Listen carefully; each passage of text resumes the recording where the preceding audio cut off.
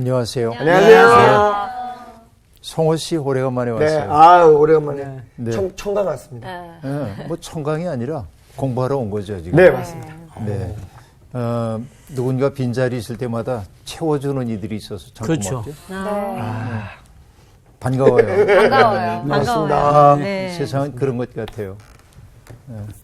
낯익은 사람들하고만 지내는 것도 좋지만 네. 낯선 사람들하고 지내는 것이 우리의 삶에 도움이 됩니다. 네. 낯설다고 하는 건 뭐죠? 낯설다. 네, 낯설다. 낯이 낯설다. 설다. 뭔가 깊은 뜻이 있을 것 같은데. 아니 뭐 깊은 뜻 아니고 그래요? 네. 낯선 것은 뭐냐면 나를 더 큰 세계로 인도. 초대하는 초대장이에요. 그렇죠. 낯익은 세계 속에서만 살다 보면 익숙한 것 속에서만 살다 보면 내 삶이 늘 그렇죠. 그런데 낯선 사람, 낯선 장소, 낯선 시간 이런 것들은 내 삶의 지평을 확장하라고 하는 하늘의 부름이죠. 그래서 낯선 사람이 내게 온다고 하는 것은 굉장히 큰 복입니다. 그래서 장소를 옮겨주면 우리가 늘 그 사람들과 대인관계를 하던 장소가 있잖아요. 네. 늘 저 자리에 가면 상우 씨가 있어 그랬는데 뜻밖의 장소에서 만나면 반가워요. 그와 나 사이의 관계가 새로워져요. 맞아요. 그런 걸 경험하죠. 그런 거예요. 그래서 낯설다고 하는 것은 오늘의 우리 시대에는 굉장히 위험한 것으로 여겨지지만 낯설은 나를 크도록 만들기 위한 초대이고 선물이다. 네. 그러므로 성호 씨는 오늘 우리에게 선물로 아유, 다가왔습니다. 환영합니다. 낯설해요. 낯선 사람 이라고 낯서요. 이런 낯선 사람. 네, 고맙습니다. 공부하죠. 네. 네, 잠언 21장 오늘 16절부터 공부를 할까 해요. 오늘 수업 잠언 43강 의인은 아끼지 않고 베푼다. 16절부터 31절까지 공부하는데 우리 상훈 씨부터 좀 시작할까요? 네. 네. 명철의 길을 떠난 사람은 사망의 회중에 거하리라. 연락을 좋아하는 자는 가난하게 되고 술과 기름을 좋아하는 자는 부하게 되지 못하느니라. 악인은 의인의 속전이 되고 사악한 자는 정직한 자의 대신이 되느니라. 다투며 성내는 여인과 함께 사는 것보다 광야에서 사는 것이 나으니라. 지혜 있는 자의 집에는 귀한 보배와 기름이 있으나 미련한 자는 이것을 다 삼켜버리느니라. 공의와 인자를 따라 구하는 자는 생명과 공의와 영광을 얻느니라. 지혜로운 자는 용사의 성에 올라가서 그 성이 의지하는 방벽을 허느니라. 입과 혀를 지키는 자는 자기의 영혼을 환난에서 보존하느니라.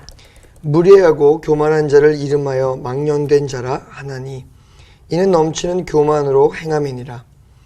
게으른 자의 욕망이 자기를 죽이나니 이는 자기의 손으로 일하기를 싫어함이니라. 어떤 자는 종일토록 탐하기만 하나 의인은 아끼지 아니하고 베푸느니라. 악인의 재물은 본래 가증하거든 하물며 악한 뜻으로 드리는 것이랴. 거짓 증인은 패망하려니와 확실히 들은 사람의 말은 힘이 있느니라. 악인은 자기의 얼굴을 굳게 하나 정직한 자는 자기의 행위를 삼가느니라. 지혜로도 못하고 명철로도 못하고 모략으로도 여호와를 당하지 못하느니라. 싸울 날을 위하여 마병을 예비하거니와 이김은 여호와께 있느니라. 아멘. 미란 씨 낭독 참 좋죠? 네. 낭낭해서 좋아요. 감사합니다. 네. 오늘 이제 16절부터 우리가 공부를 하는데 늘 나온 얘기입니다. 명철의 길을 떠난 사람은 사망의 회중에 거하리라 하고 말하는데 사망의 회중이라고 하는 것은 어디예요? 수월입니다. 네. 죽음의 장소. 그러니까 죽은 사람들이 그림자처럼 머무는 곳. 그것이 이제 수월이죠. 그러니까 이 구약 성서에서 수월이라고 하는 것은 사람들이 생각하는 벌 받는 장소로서의 지옥과는 다릅니다. 사람들이 죽으면은 그림자처럼 들어가 있는 거죠. 어쨌든 명철의 길을 떠난 사람들이 머무는 곳은 사망의 회중이 거하는 곳이라고 말하는데 그것은 뭐죠? 생명이 충실한 것이 아니죠.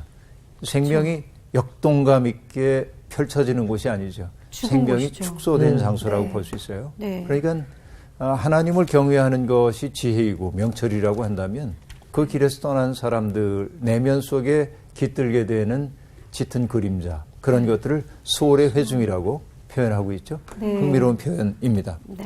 그 다음에 보면요. 연락을 좋아하는 자는 가난하게 되고 술과 기름을 좋아하는 자는 부하게 되지 못하느니라. 뭐 어떻게 보면 당연한 네, 얘기인데 그렇죠. 잔치를 베풀고 또 즐기는 것을 좋아하는 사람은 가난하게 된다. 너무 즐기면 정도 이상으로 그죠? 네. 여기 술과 기름 좋아하는 자는 부하게 되지 못하느니라. 이 술과 기름이 들어가는 사자성어 혹시 아는 거 있어요? 술과 기름이 들어간 사자주고요. 네, 네. 꼭 기름이라고 말할 수는 없는데, 네. 네. 주지육님, 저건 술주자, 처음 듣는데. 연못지자, 네. 고기육자, 네. 그 다음에 림, 수풀림자. 네. 그죠? 옛날에 이제 아주 방탕하게 사는 사람들, 왕이나 이런 사람들이 아주 방탕하게 지내는 것을 주지육림에 빠졌다. 그렇게 말하죠. 네. 그러니까 이게 이제 술과 고기인데, 고기에서 옛 사람들은 고기 그러면 제일 좋은 게 기름이라고 생각을 했어요. 네. 근데 어쨌든 주지육님 그러는데, 예, 술과 기름 좋아하는 자는 부하게 되지 못한다. 뭐, 당연한 얘기이기 때문에 많이 할 얘기는 없는 것 같아요. 그러나 여기 중요한 거 있어요. 네. 자, 제가 집회서를 종종 인용하는데 집회서에 이런 말이 나옵니다. 내 욕망을 따르지 말고 욕심을 절제하여라. 내 영혼이 이 욕망을 채우도록 내버려 두면 너는 원수들의 놀림감이 되리라. 온갖 사치로 흥청거리지 마라. 그 비용으로 공핍해질까 두렵다. 내 지갑 속에 아무것도 없으면서 꾼 돈으로 잔치를 벌이다 거지가 되지 마라. 그것은 사실 자신의 생명을 거스르는 행동이다. 그렇게 말합니다. 이게 이제 아주 직접적인 교훈이죠. 설명 안 해도 알 수 있어요. 근데 저는 이 17절을 보면서 연락을 좋아하는 자는 가난하게 된다. 이 얘기가 우리의 현실을 꿰뚫고 있다고 봐요. 여러분, 제가 좋아하는 어떤 분이 쓴 책 제목이 뭐냐면 잔치가 끝난 후엔 우린 뭘 먹고 살까? 그런 책이 있어요. 네. 그럼 무슨 책일 것 같아요? 잔치가 끝난 후에 우린 뭘 먹고 살까? 그 말의 의미는 끝나고 나면 먹고 살 게 없다는 없다. 어떤 그런 그렇죠. 의미가 있는 이제 거죠. 사람들이 워낙 그 대출이나 그런 걸 많이 하니까 빚으로 어떤 잔치를 연 게 아닐까. 빚으로. 예. 그렇게 다들 상상하죠? 사실은 환경 문제를 다루고 있는 겁니다.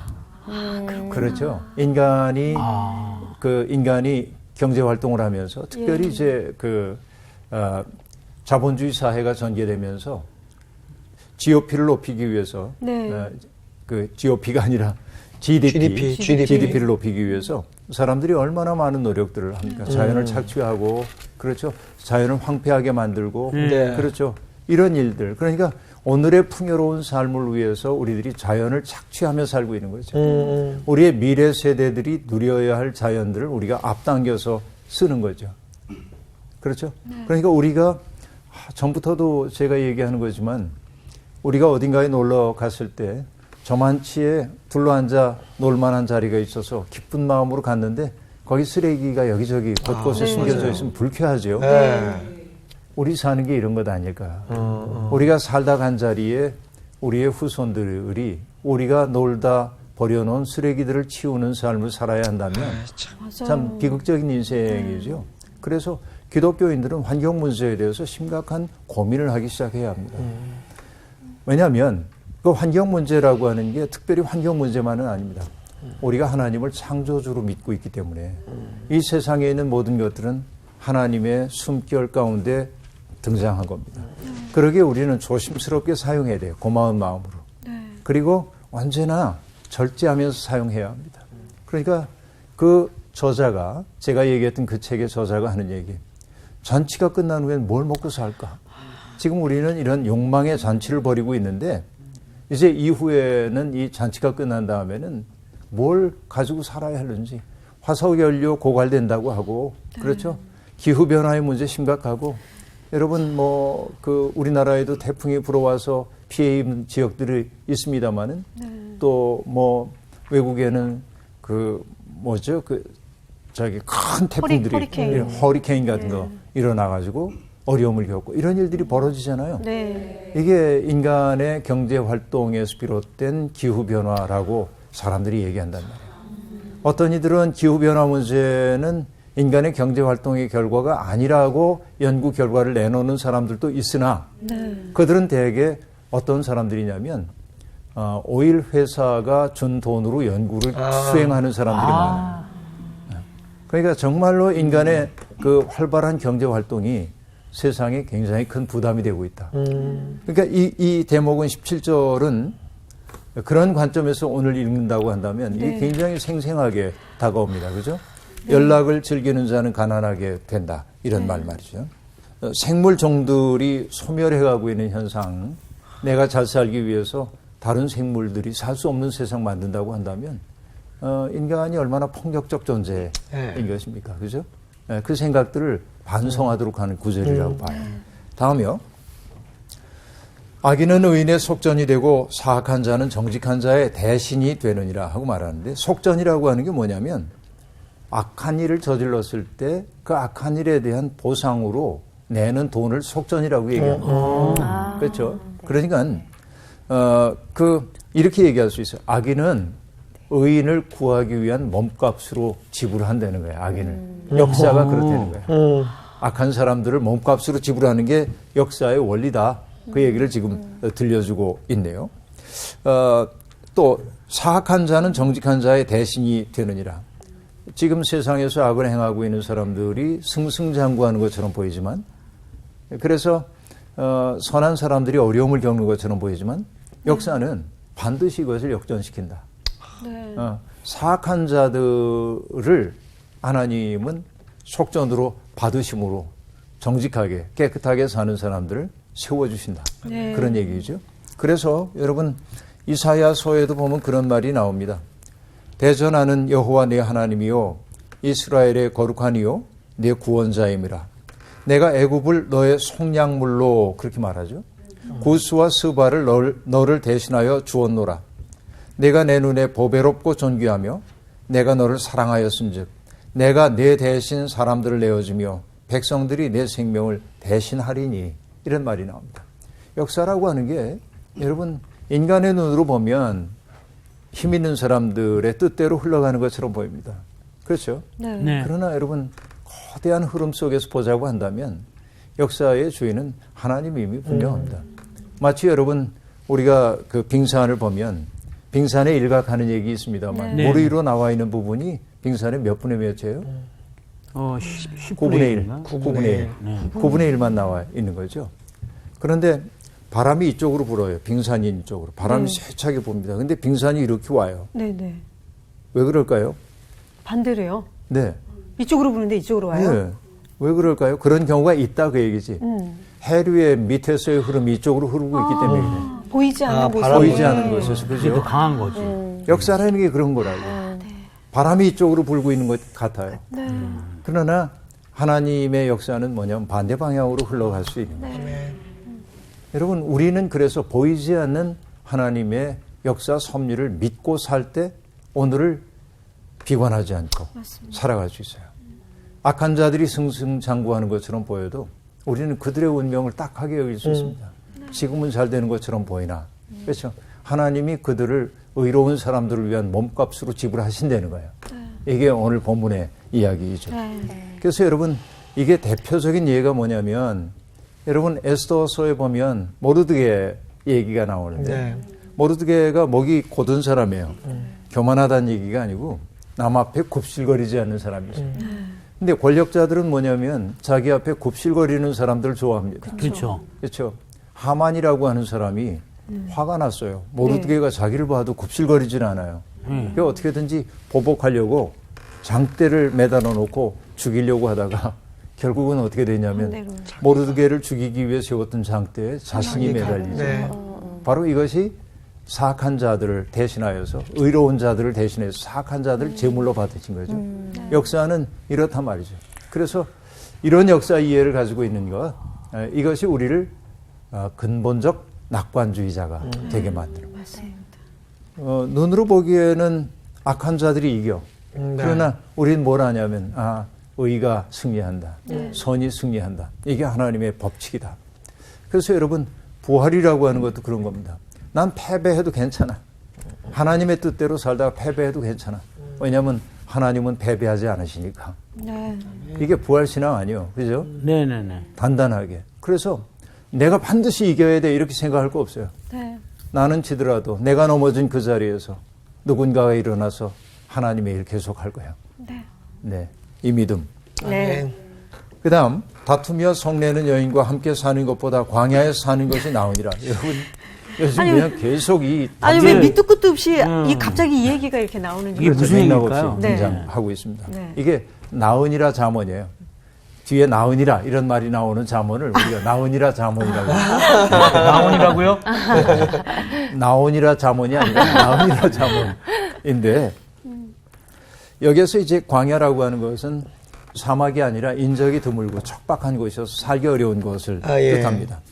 황량하지만 여전히 경작이 가능한 땅을 광야라고 하는데 여러분 다투며 성내는 여인과 사는 것이 광야 그것보다는 광야에 사는 게 좋다. 네. 여러분 다투며 성내는 남편과 사는 것보다 광야에 사는 게 낫다. 이렇게도 할 수 있잖아요. 그렇죠. 예, 그런데 늘 강조해왔지만 이 텍스트가 만들어질 때는 대단히 가부장적 사회이고 여성들의 인권이 그렇게 높임을 받지 못하던 때이기 때문에 이런 어떻게 보면 차별적인 네. 언어가 성서 속에 기록될 수밖에 없었죠. 네. 그러나 여기에서 참 중요한 건 뭐냐면 네.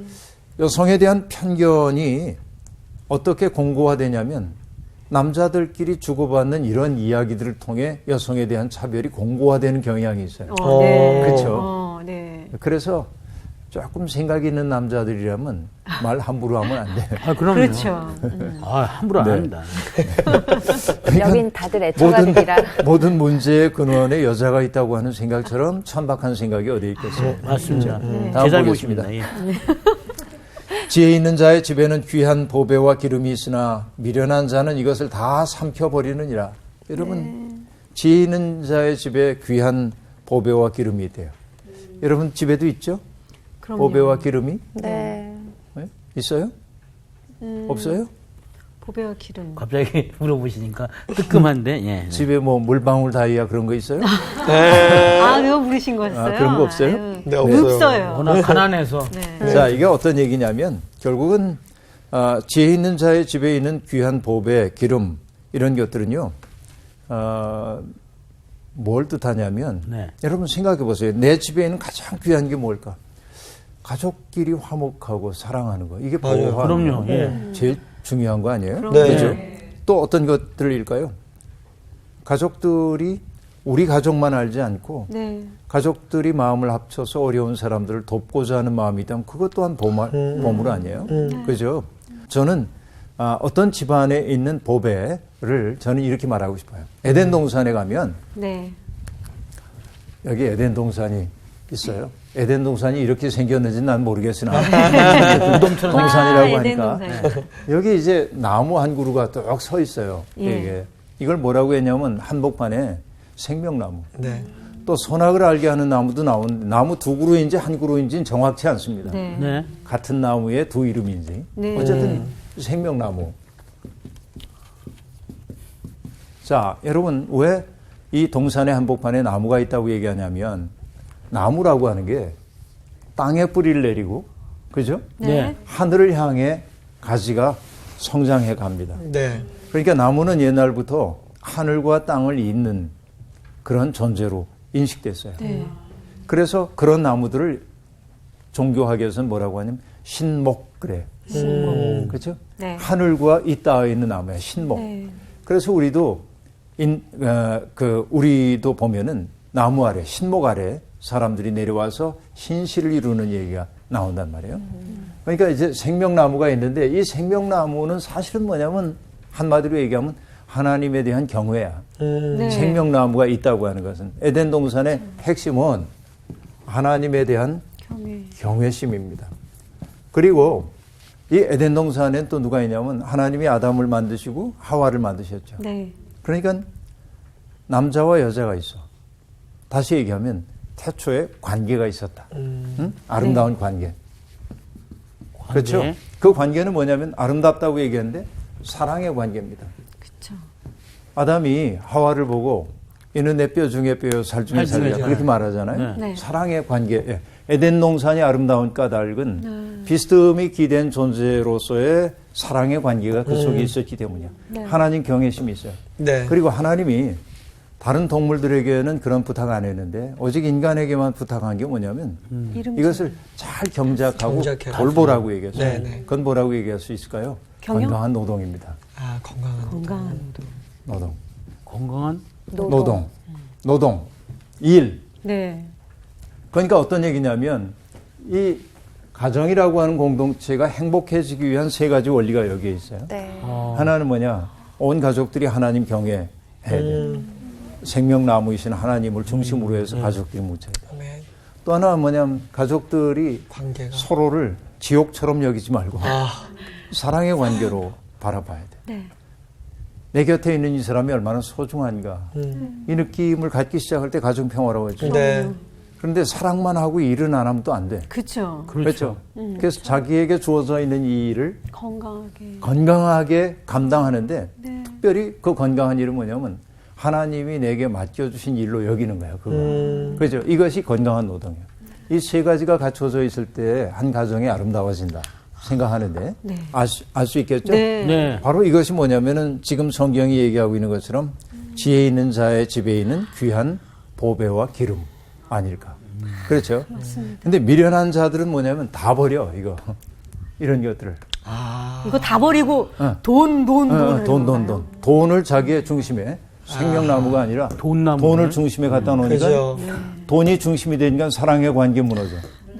그리고 건강한 노동을 통해서 그 노동의 기쁨을 기쁨을 누리기보다는 누리는 게 없죠. 뭔가 돈을 일확천금할 수 없을 그렇죠. 거예요. 이걸 하다 보니까 삶이 황폐하고 그쵸. 망가지는 거예요. 이게 네. 미련한 삶. 네. 다음 볼까요? 네. 21절인데요. 공의와 인자를 따라 구하는 자는 생명과 공의와 영광을 얻으리라. 여러분, 이 구절에 오랫동안 머물 수가 없으니까 네. 빨리 지나갈 텐데요. 네. 공의와 인자를 따라 구한다라고 하는 것은 애써 추구하는 거예요. 그러니까 우리의 삶이 자연스럽게 이런 것들이 내면화되면 좋겠지만 내 삶이 이런 것들을 구하는 삶으로 저절로 되면 좋겠지만 인간은 욕망이 있기 때문에 자기중심적인 욕망이 있기 때문에 때때로 공의와 인자함을 선택 못할 때도 있어요. 그렇기 때문에 의지적으로 선택하고 노력해야 돼요. 그래서 나의 인생이라는 건 내가 무엇을 추구하며 사느냐에 따라서 내용이 달라져요. 이 대목을 우리들이 명심하고 네. 가야 할 것 같아요. 그러니까 우리가 잘못을 저지르지 않는 것으로 내가 할 도리 다 했다고 생각하면 안 되고 적극적으로 선을 지향하고 찾고 네. 내 몸과 마음을 거기에 적응시켜 나가는 훈련의 과정이 필요합니다. 맞습니다. 개신교 영성에서 제일 유감스러운 것은 그런 훈련의 과정이 부족하다는 거예요. 예. 그렇죠. 정말 그 훈련을 해야 돼요, 삶을. 다음으로 가보겠습니다. 네. 지혜로운 자는 용사의 성에 올라가서 그 성에 의지하는 방벽을 허느니라. 자, 이것도 여러분 전쟁 상황의 이야기이죠. 그러니까 전면전을 벌였을 때 도저히 승산이 없어요. 네. 그렇죠. 그 경우에 여러분 이제 예컨대 비대칭적 전력이야. 이 둘이 똑같지 않아. 네. 네. 그래서 승산이 없는 싸움을 싸우는 건 미련함이죠. 그때 비대칭 전력을 이제 활용을 하는 거예요. 뭘 합니까? 게릴라전, 유격전 하는 거죠. 그렇죠. 그렇죠. 오, 네. 적진 한복판에 들어가서 유격전을 벌여요. 혼란을 일으키고. 그런 얘기인데요. 그러니까 지혜로운 사람은 어떤 사람이냐? 남들이 보지 못하는 틈새를 볼 줄 아는 사람. 그렇죠? 그런 얘기 합니다. 그 정도의 세속적 지혜라고 생각을 하시면 되겠어요. 네. 그 다음에 23절. 입과 혀를 지키는 자는 자기의 영혼을 환난에서 보전하느니라. 여러분 이건 그동안 계속 거듭되어 왔던 얘기입니다. 네. 여러분 이 세치혀가 네. 우리의 인생을 다 불살라 버리기 때문에 혀를 지킬 수 있는 사람이 되어야 돼. 바른 말 해야죠. 그러나 여러분 바른 말보다 더 중요한 것은 좋은 말. 침묵. 침묵. 그래서 여러분 막스 피카르트라고 하는 분은 그렇게 얘기하죠. 침묵을 배경으로 하지 않은 말은 소음에 소음이 불과하다. 불과하다. 침묵할 줄 모르면 안 돼. 여러분 우리가 이제 의사소통을 할 때는 세 가지가 필요합니다. 하나는 뭐냐면 나의 뜻을 올바로 전달하기 위한 발화 행위. 말하는 거죠. 그런데 제대로 대화를 하기 위해 그 다음에 필요한 건 뭐죠? 공감. 경청하는 경청. 거. 공감의 경청이죠. 그렇죠? 그 다음에 세 번째는 뭡니까? 침묵을 두려워하지 않아야 돼. 근데 우리 사회는 뭐냐면 둘이 앉아있다 문득 침묵이 찾아오면 불안해져요.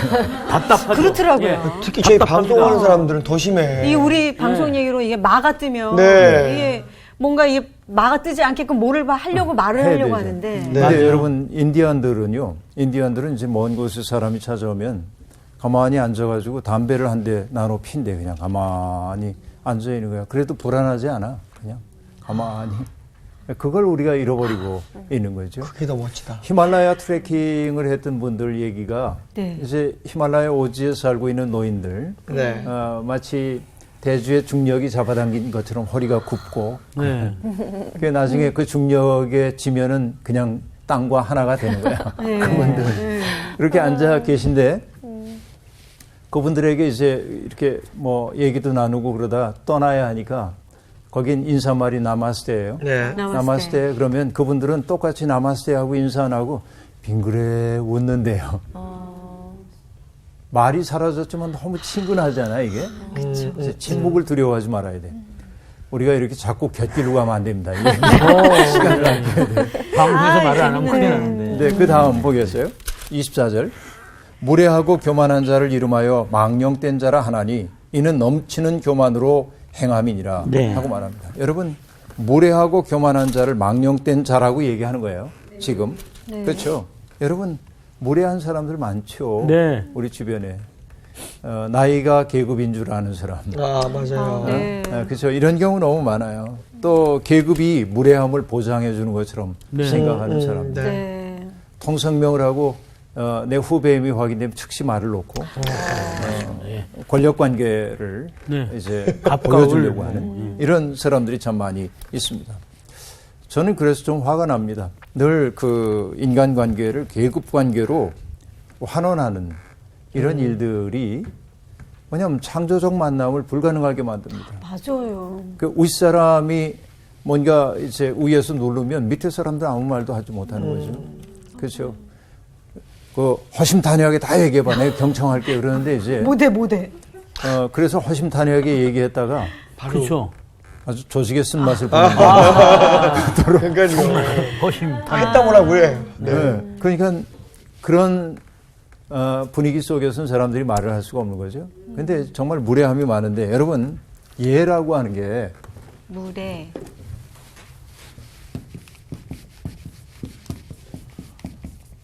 이게 예예요. 우리가 예절 그럴 때 예자란 네. 말이에요. 이걸 보면은 여기에 이제 이 단어가 이렇게 돼 있어요. 보일 시자를 이렇게 쓴 겁니다. 이거는 옛날에 어떤 이야기냐면 이게 상인데 책상 같은 건데 그 위에다 재물을 진설해 놓은 모습이에요. 네. 그래서 우리가 하나님 하는 신자를 쓸 때도 여기다 네네. 납신자를 보태면 되죠. 그러니까 제사와 관련이 그쵸. 돼요. 이게. 그다음에 이 옆에 이 글자는 풍요롭다 할 때 풍자예요. 그렇죠. 뭔가 풍부하다, 풍년 들어서 그 풍자예요.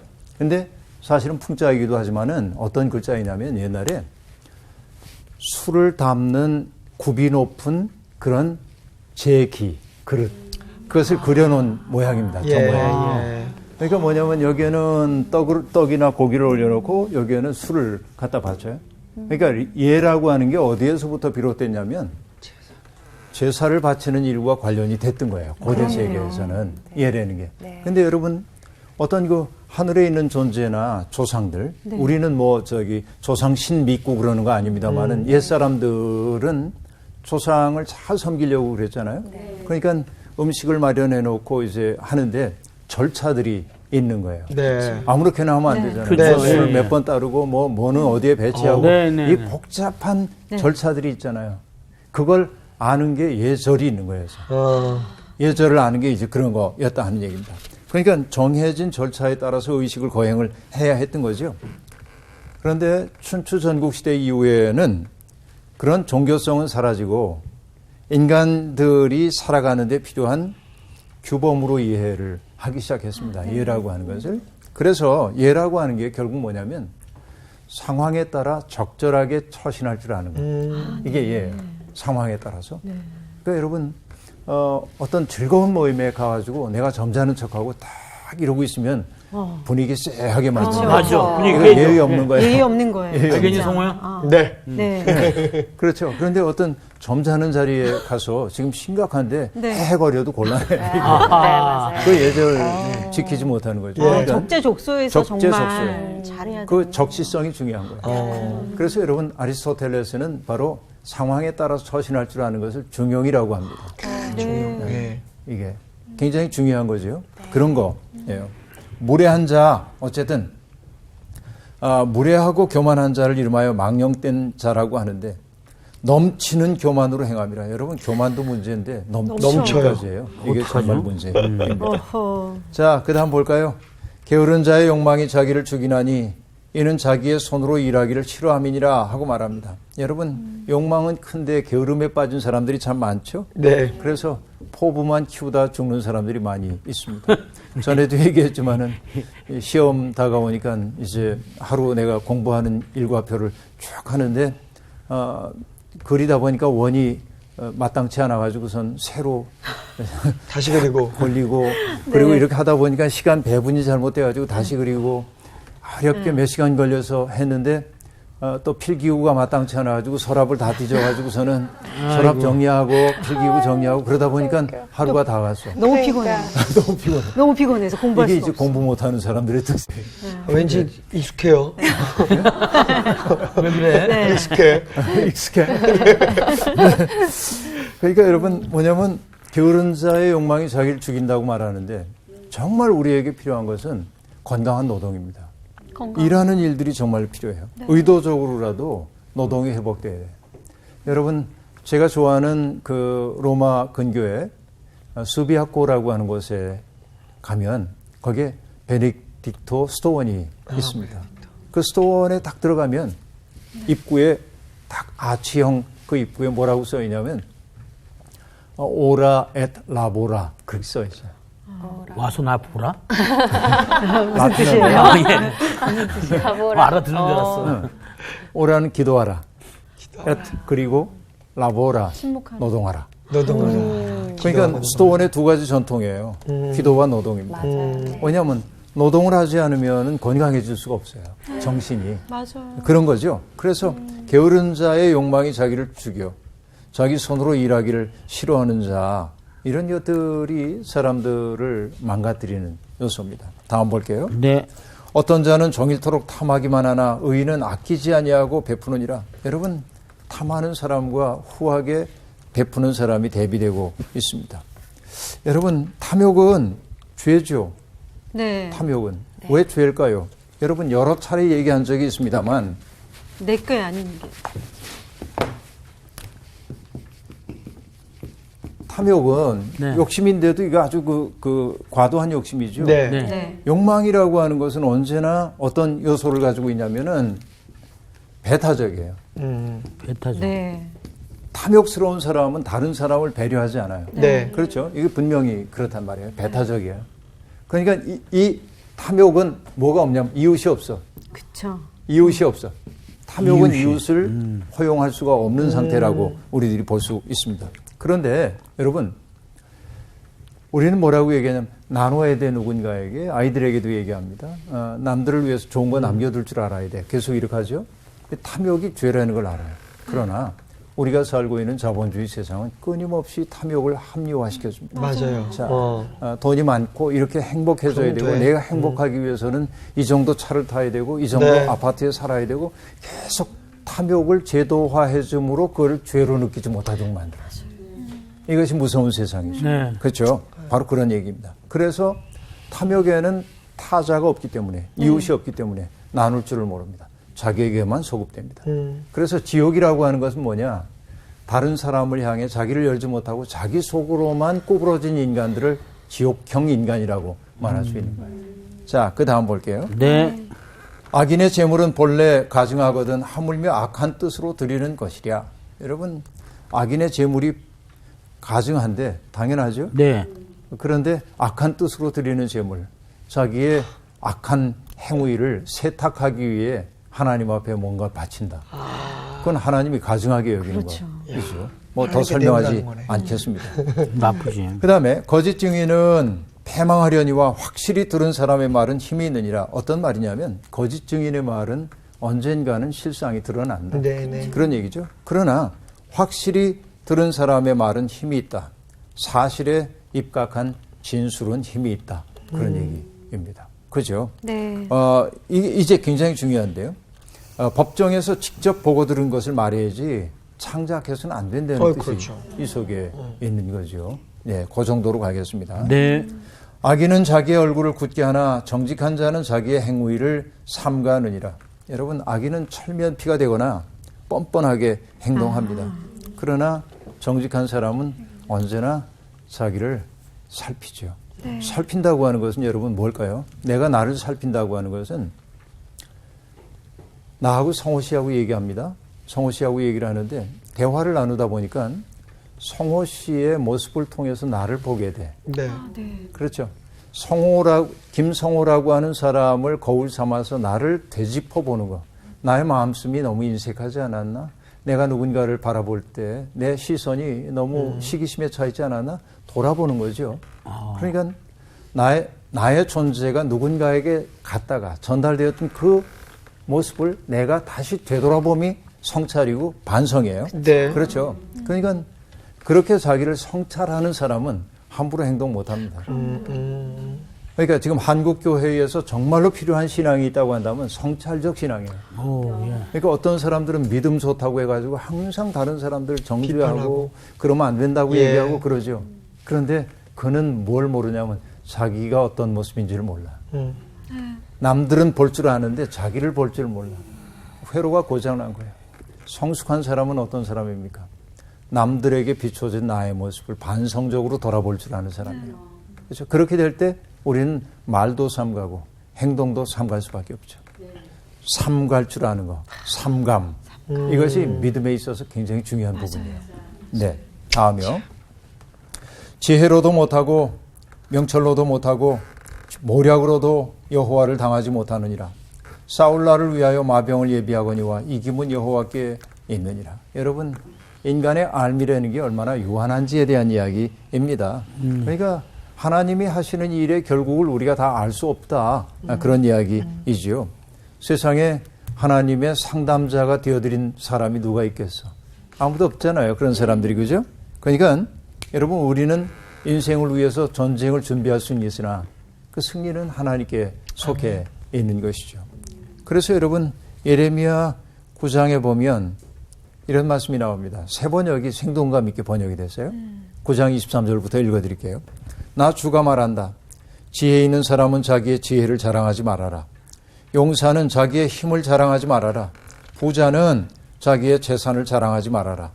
오직 자랑하고 싶은 사람은 이것을 자랑하여라. 나를 아는 것과 나 주가 긍휼과 공평과 공의를 세상에 실현하는 하나님인 것과 내가 이런 일을 하기를 좋아한다는 것을 깨달아 알만한 지혜를 가지게 되었음을 자랑하여라. 나 주의 말이다. 정말로 우리가 자랑해야 할 것이 무엇인지. 그렇죠. 힘 자랑하지 말고 제발. 재산 자랑하지 말고. 네. 하나님 아는 걸 자랑하고. 그 하나님이 가장 기뻐하는 게 뭐예요? 긍휼, 공평, 그리고 공의.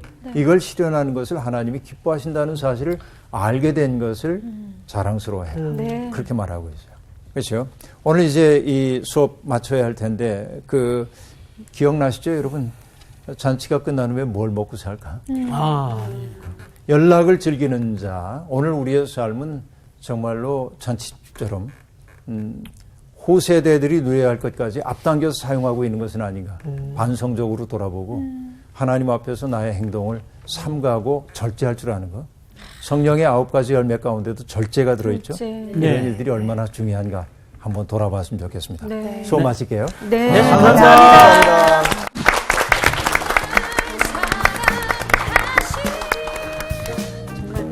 무례한 사람이 되면 진짜 안 되겠어요. 그러니까요. 나 자신을 자랑하면 안 돼요. 원래 프레이즈가 프라이드라는 어원에서 나온 거거든요. 그러니까 하나님만 자랑해야 되는 거예요. 네, 알겠습니다. 저는 그 맨날 그 쓰레기 봉투 이렇게 잘 정리하고 재활용 이렇게 정리하잖아요. 그거를 아내가 꼭 지구를 지켜야 된다. 그렇게 얘기하면서 저한테 그렇게 정리를 잘해야 된다라고 얘기해요. 근데 저는 안 그런 사람들도 많이 있을 텐데 아, 내가 꼭 해야 돼? 막 이랬거든요. 근데 맞아. 오늘 이 얘기 들으면서 아, 그거 하나부터 다른 사람을 위해서 나 말고 아, 그걸 생각해보면 살아야 되겠구나. 나도 우리- 이 생각했어. 그 분리수거 재활용. 사실 정말 귀찮거든. 근데 진짜 생각을 좀 더 깊게 하고 그걸 또 잘하는 게 진짜 중요하다고 생각해요. 각자 또 지혜 있는 집이 되어서 정말 맞아요. 하나님이 주신 보배와 그 기름을 우리가 잘 사용하고 누릴 줄 아는 가정이 됐으면 좋겠어요. 그럽시다. 네. 그렇게 살아 나갑시다. 네. 그럽시다. 그렇게 살아 갑시다. 예. 화이팅! 지구가 아파요. 담배 피시는 분들, 지구가 아파요. 분리수거 할 때마다 지구가 아파요. 그냥 다 버려.